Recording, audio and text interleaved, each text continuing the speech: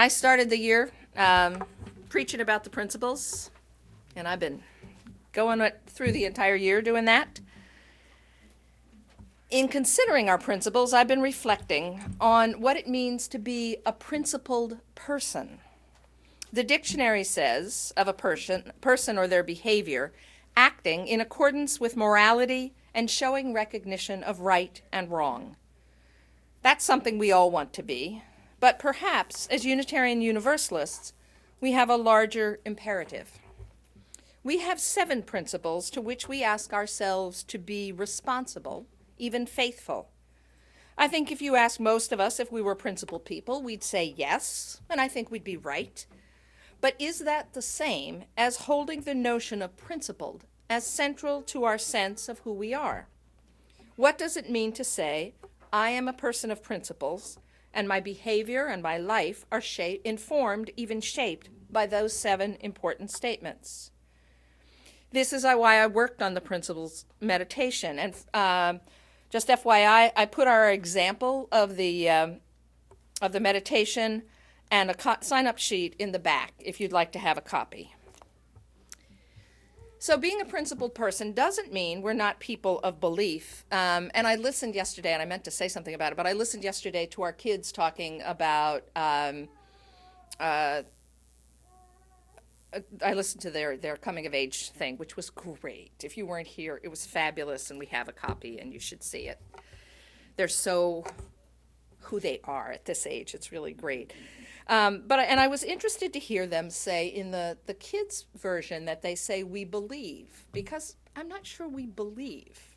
I think that gets confusing. So I don't think it means we're not people of belief, because some of us are and some of us aren't. Rather, it means we have rules of deportment. It means we take ourselves seriously as Unitarian Universalists. Embracing those principles means working through the 7 and finding out where each one fits in our lives. In particular, right now, I've been reflecting on the 5th and 6th principles: the right of conscience and the use of democratic process within our congregations and in the larger society, and the goal of world community with peace, liberty, and justice for all. Why my interest in these 2, you ask? Elections, and maybe more precisely, elections and Facebook. Thank goodness I don't pay attention to Twitter or to Instagram, so I'm already being driven nuts with this stuff. So, I had 2 more things and I couldn't keep up.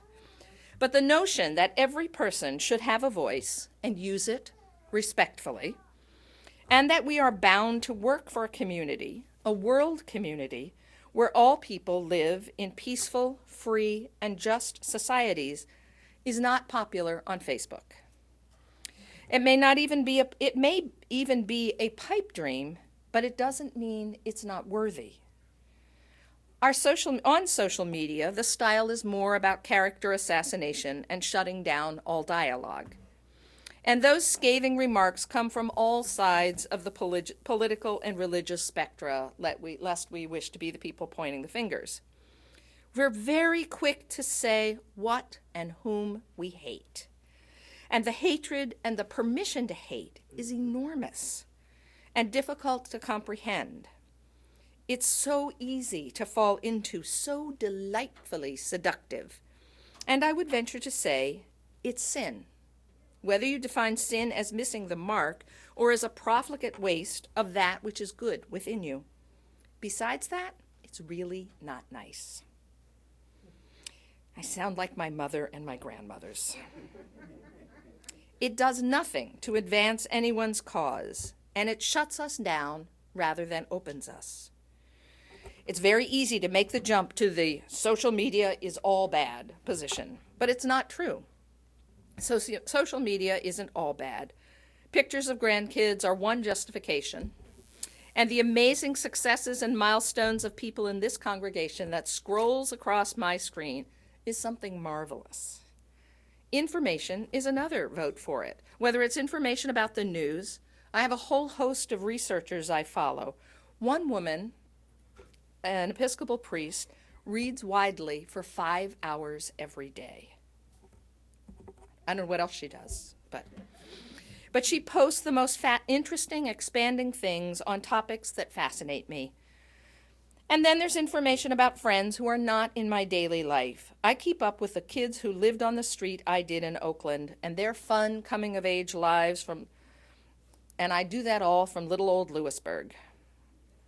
And finally, it's great support.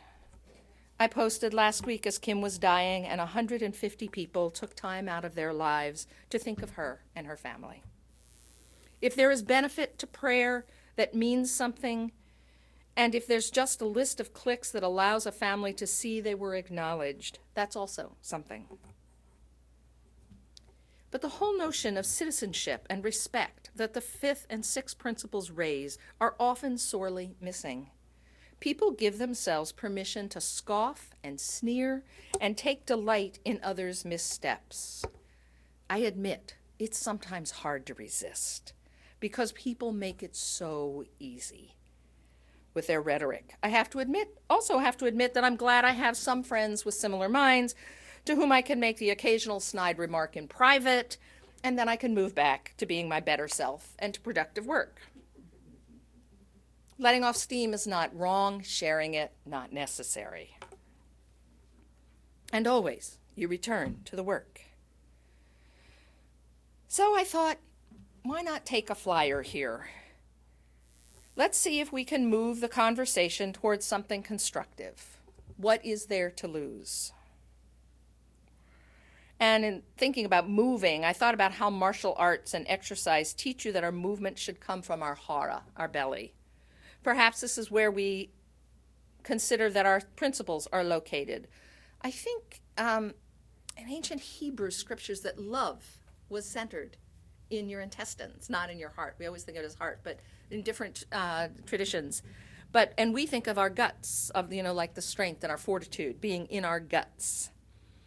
So what happens if we ingest these principles so that they become part of us and we begin to move deliberately from that place of strength?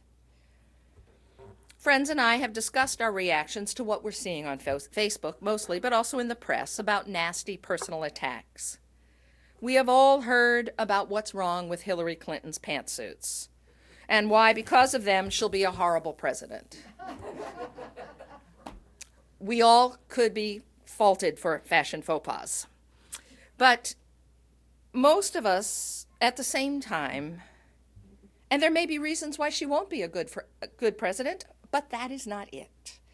But at the same time, most of us would have no idea if we were asked what our own platform for a good America is.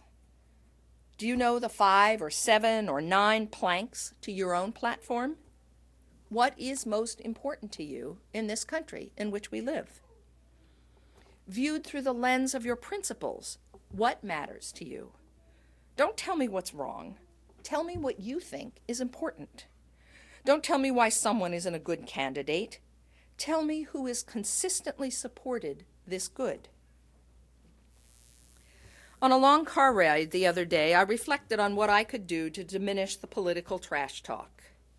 While some of it was never going to go away, I thought, well, what if there were a place where people could think through what mattered to them and share that without a knee-jerk response to the crowd? A place where you were responsible to your own beliefs and values, however similar or different they are from the person in front of them. I had informal conversations with a few people. I made a date with Mark Lawrence and showed him what I'd put together. I had 10 points on a list. Great, he said. I want you on the show. I'm ready to support this. Come back to me when you have 3 points. No fool. I called my friend Ed. We talked, I shortened, and then he applied his marketing skills. And yesterday I started a Facebook page for the Responsible Citizens Pledge. The pledge sounds like this. I will keep democracy alive by participating in its sacred mechanisms. I will vote. I will play an active role in my community, and I will encourage others to do the same. 2, I will think through the goals I want to see in my nation, my state, and my locality, and the steps needed to achieve them. I will prioritize with the understanding that compromise may be needed to make them happen. I will hold elected officials accountable. I will trust the democratic process, and I will encourage others to do the same. And 3, I will seek out an exchange of diverse philosophies and goals, and I will freely express my own without anger, prejudice, or condescension. I will not be distracted by mudslinging, non-issues, or all the bedazzle money can buy. Bedazzle. That's an N word, and I didn't use it. That's great. I will stick to the issues and the goals, and I will encourage others to do the same. We are all in this together. We must not give up. Or, if you want the short form, show up, learn and discern, engage with respect.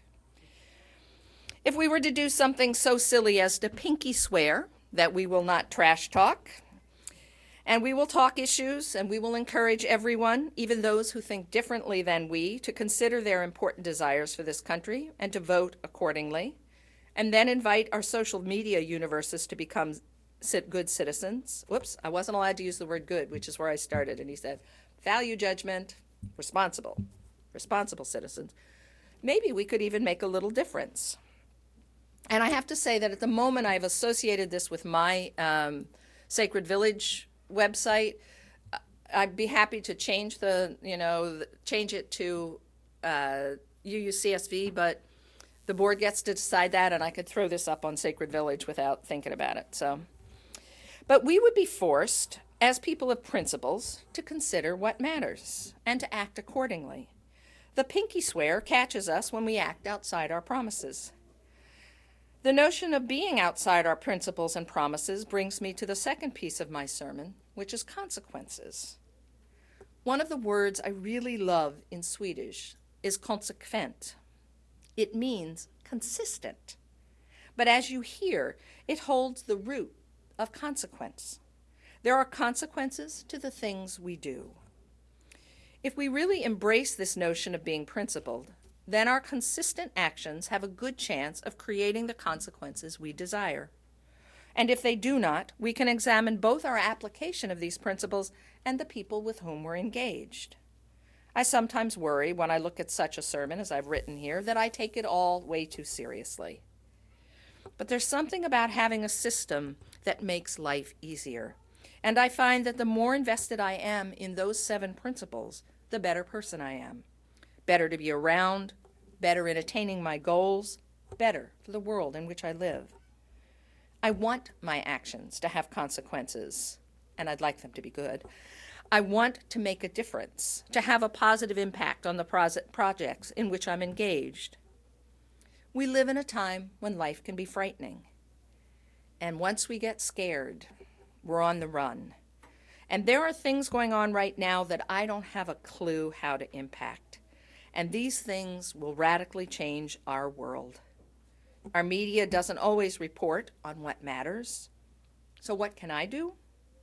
I can only make small differences by being consistently faithful to what I find important and to understand that not having those principles at the center of my life really takes me away from my goals and the life I wish to live.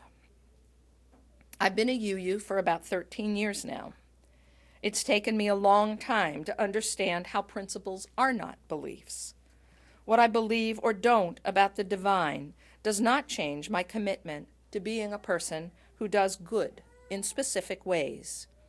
I believe that gathering more folk to live into these principles can lead to the world we want to build, the world in which we want to live. To assist in that endeavor, I find myself wanting to build small places where people can live according to their principles. I find myself becoming more of an evangelist, both for our principles and for the programs here at UUCSV. I want to be consequent in my life.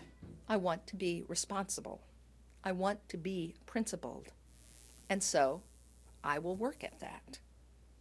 How about you? Are you willing to and ready to declare yourself a principled person? A responsible one, a person aware of the consequence of your actions, taking a clear stance, not just one of those, oh yeah, that's me too, but really saying, today, from this day on, this is who I am. Taking that clear stance may change your life, and that may change our world. And wouldn't that be splendid?